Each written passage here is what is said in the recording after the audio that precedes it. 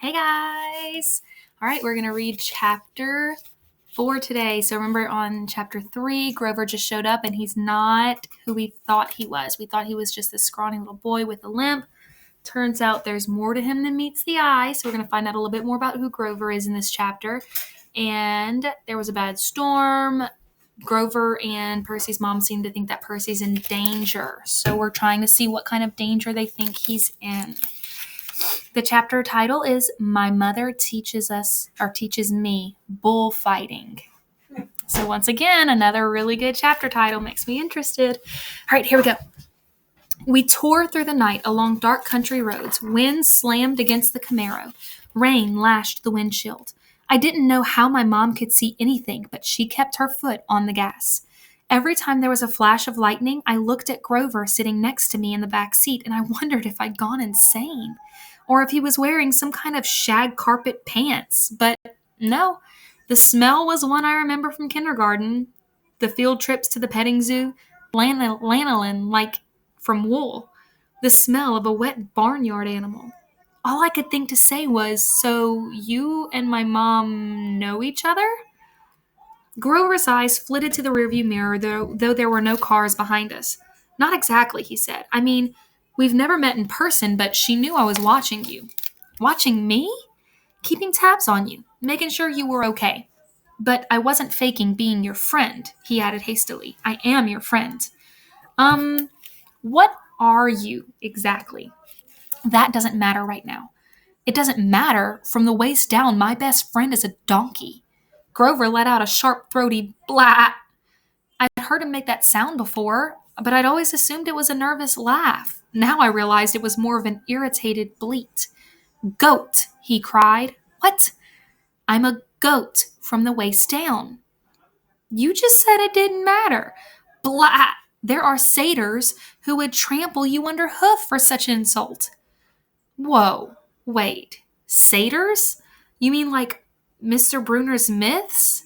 Were those old ladies at the fruit stand a myth, Percy? Was Mrs. Dodds a myth? So you admit there was a Mrs. Dodds? Of course. Then why? The less you knew, the fewer monsters you'd attract, Grover said, like that should be perfectly obvious. We put mist over the human's eyes. We hoped you'd think the kindly one was a hallucination. But it was no good. You started to realize who you were. Wait a minute. What do you mean? The weird bellowing noise rose up again somewhere behind us, closer than before. Whatever was chasing us was still on our trail. Percy, my mom said, there's too much to explain and not enough time. We have to get you to safety. Safety from what? Who's after me? Oh, nobody much, Grover said, obviously still miffed about the donkey comment. Just the Lord of the Dead and a few of his bloodthirstiest minions. Grover! Sorry, Miss Jackson. Could you drive faster, please? I tried to wrap my mind around what was happening, but I couldn't do it. I knew this wasn't a dream. I had no imagination. I could never dream up something this weird. My mom made a hard left. We swerved onto a narrower road, racing past darkened farmhouses and wooden hills and pick-your-own-strawberry signs on white picket fences. Where are we going? I asked. The summer camp I told you about. My mother's voice was tight. She was trying, for my sake, not to be scared. The place your father wanted to send you. The place you didn't want me to go? Please, dear, my mother begged. This is hard enough. Try to understand. You're in danger. Because some old ladies cut yarn? Those weren't old ladies, Grover said. Those were the fates. Do you know what it means? The fact they appeared in front of you? They only do that when someone's about to die. Whoa, you said you're. No, I didn't. I said someone. You meant you as in me. I meant you like someone, not you. Boys, my mom said.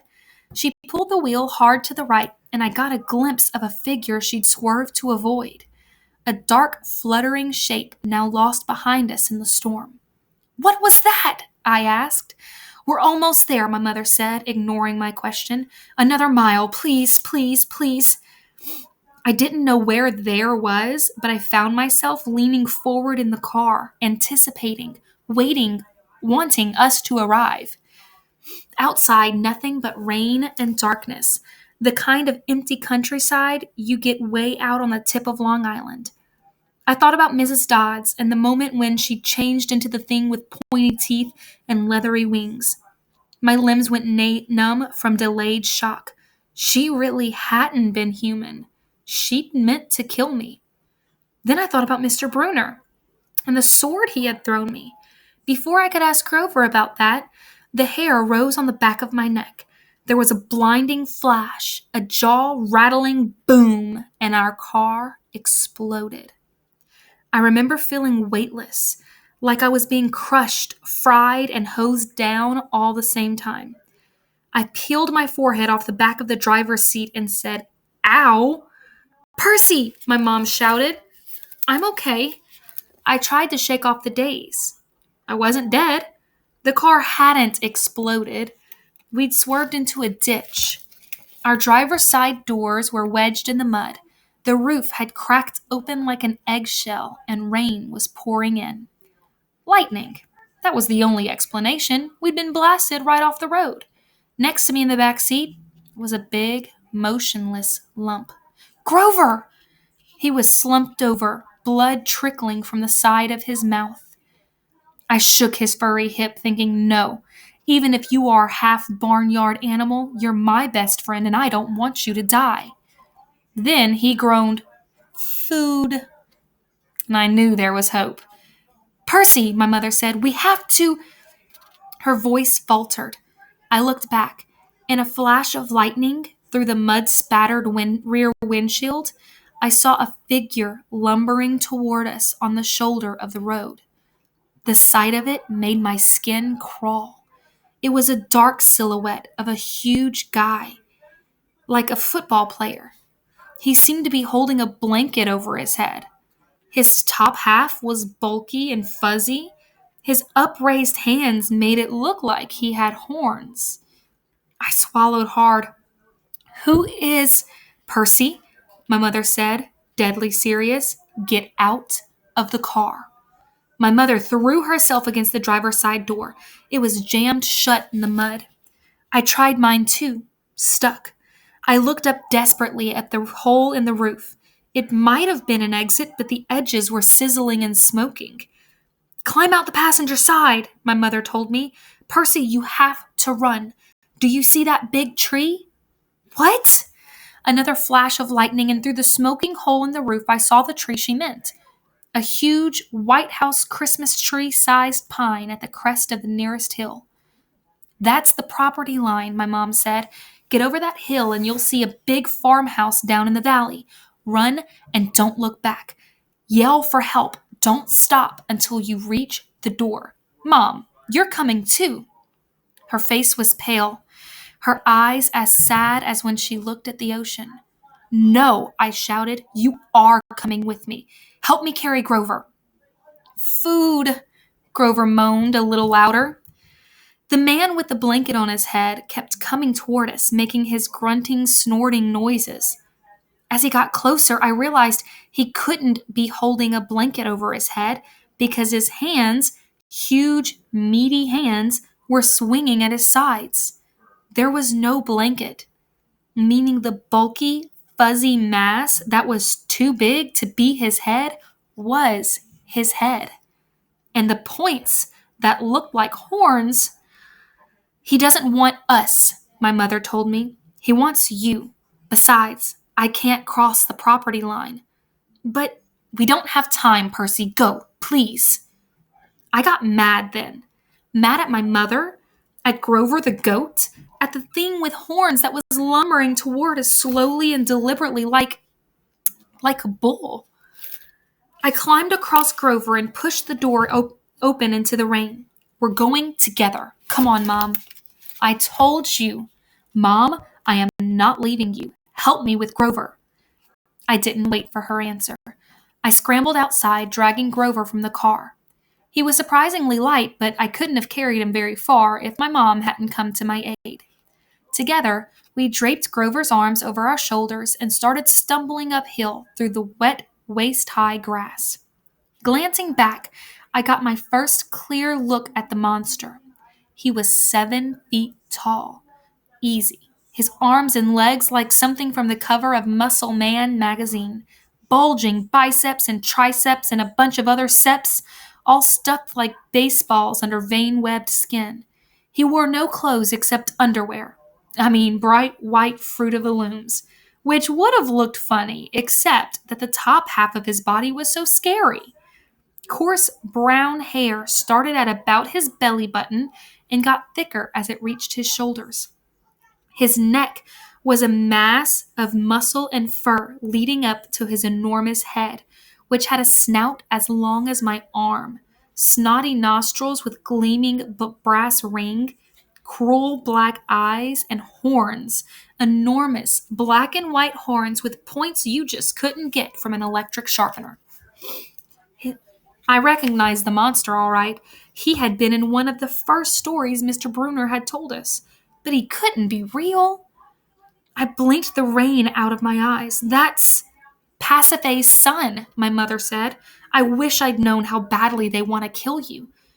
But he's the men. Don't say his name, she warned. Names have power. The pine tree was still way too far, 100 yards uphill at least. I glanced behind me again. The bull man hunched over our car, looking in the windows. Or not looking exactly, more like snuffling, nuzzling. I wasn't sure why he bothered since we were only about 50 feet away. Food?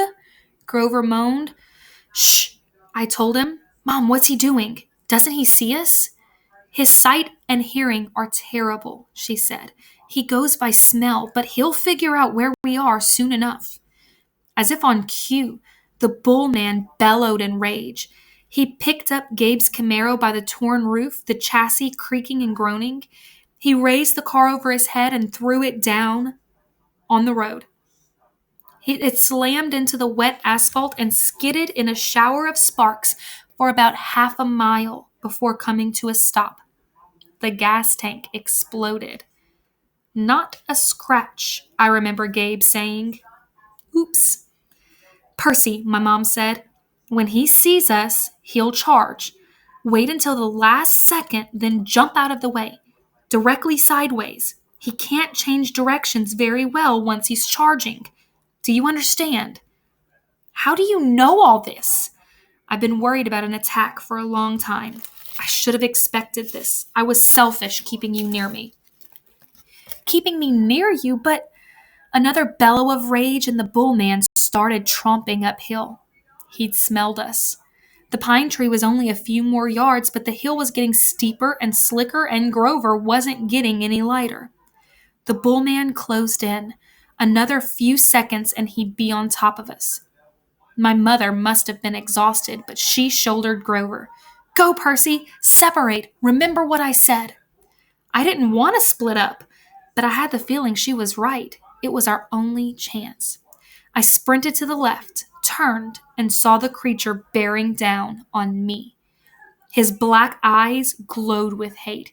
He reeked of rotten meat. He lowered his head and charged, those razor-sharp horns aimed straight at my chest.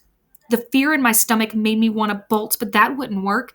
I could never outrun this thing. So I held my ground, and at the last moment, I jumped to the side. The bull man stormed past like a freight train, then bellowed with frustration and turned, but not toward me this time, toward my mother, who was setting Grover down in the grass. We'd reached the crest of the hill. Down the other side, I could see a valley, just as my mother had said, and the lights of a farmhouse glowing yellow through the rain. But that was half a mile away. We'd never make it. The bull man grunted, pawing the ground. He kept eyeing my mother, who was now retreating slowly downhill, back toward the road, trying to lead the monster away from Grover. Run, Percy, she told me. I can't go any farther. Run! But I just stood there, frozen in fear as the monster charged her. She tried to sidestep, as she told me to do, but the monster had learned his lesson. His hand shot out and grabbed her by the neck as she tried to get away. He lifted her as she struggled, kicking and pummeling the air. "Mom!" She caught my eyes, managed to choke out one last word. "Go!"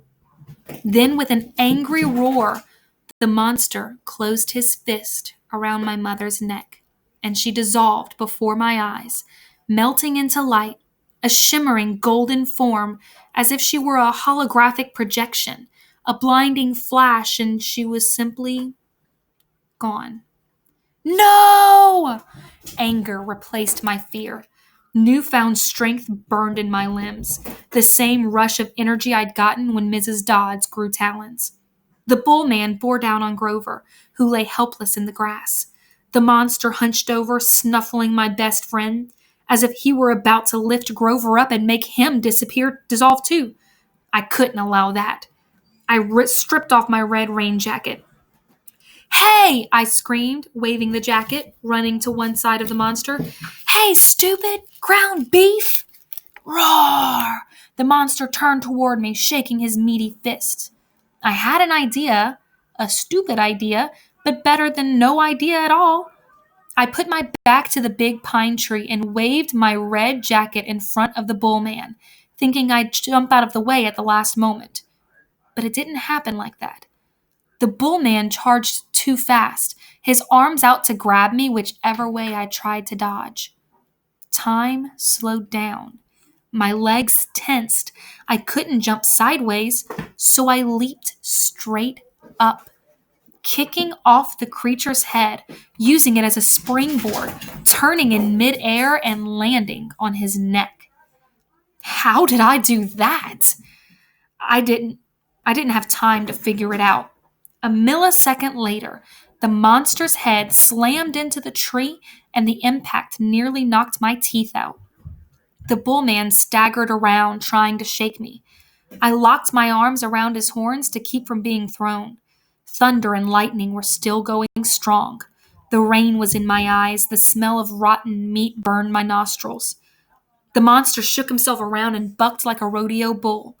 He should have just backed up into the tree and smashed me flat, but I was starting to realize that this thing had only one gear, forward. Meanwhile, Grover started groaning in the grass. I wanted to yell at him to shut up, but the way I was getting tossed around, if I opened my mouth, I'd bite my own tongue off.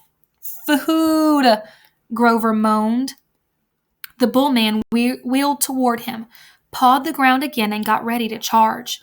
I thought about how he had squeezed the life out of my mother, made her disappear in a flash of light, and rage filled me like high-octane fuel. I got both hands around one horn, and I pulled back with all my might. The monster tensed, gave a surprised grunt, then snap. The bull man screamed and flung me through the air. I landed flat on my back in the grass, my head smacked against a rock. When I sat up, my vision was blurry, but I had a horn in my hands, a ragged bone weapon the size of a knife. The monster charged. Without thinking, I rolled to one side and came up kneeling. As the monster barreled past, I drove the broken horn straight into his side, right up under his furry ribcage. The bullman roared in agony. He flailed, clawing at his chest, then began to disintegrate. Not like my mother, in a flash of golden light, but like crumbling sand, blown away in chunks by the wind, the same way Mrs. Dodds had burst apart. The monster was gone. The rain had stopped. The storm still rumbled, but only in the distance. I smelled like livestock and my knees were shaking. My head felt like it was splitting open. I was weak and scared and trembling with grief. I'd just seen my mother vanish. I wanted to lay down and cry, but there was Grover needing my help, so I managed to haul him up and staggered down into the valley, toward the lights of the farmhouse. I was crying, calling for my mother, but I held on to Grover. I wasn't going to let him go. The last thing I remember is collapsing on a wooden porch, looking up at a ceiling fan circling above me, moths flying around a yellow light, and the stern faces of a familiar-looking bearded man and a pretty girl, Her blonde hair curled like a princess's. They both looked down at me, and the girl said, "He's the one. He must be."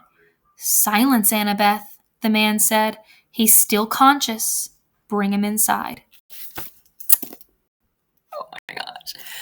So much has happened. So, they're being chased by this bull man monster. He catches up to them. He squeezes Percy's mom until she disappears into a flash of golden light. Grover's unconscious, and Percy has dragged him down to the farmhouse. And Percy found this super strength where he could jump straight up over the head of the monster and then snapped the horn off and used that to kill the monster. So I think all the predictions we've been seeing might have some truth to them. There's something special about Percy. So come back tomorrow where we'll find out exactly what is going on. Bye, guys.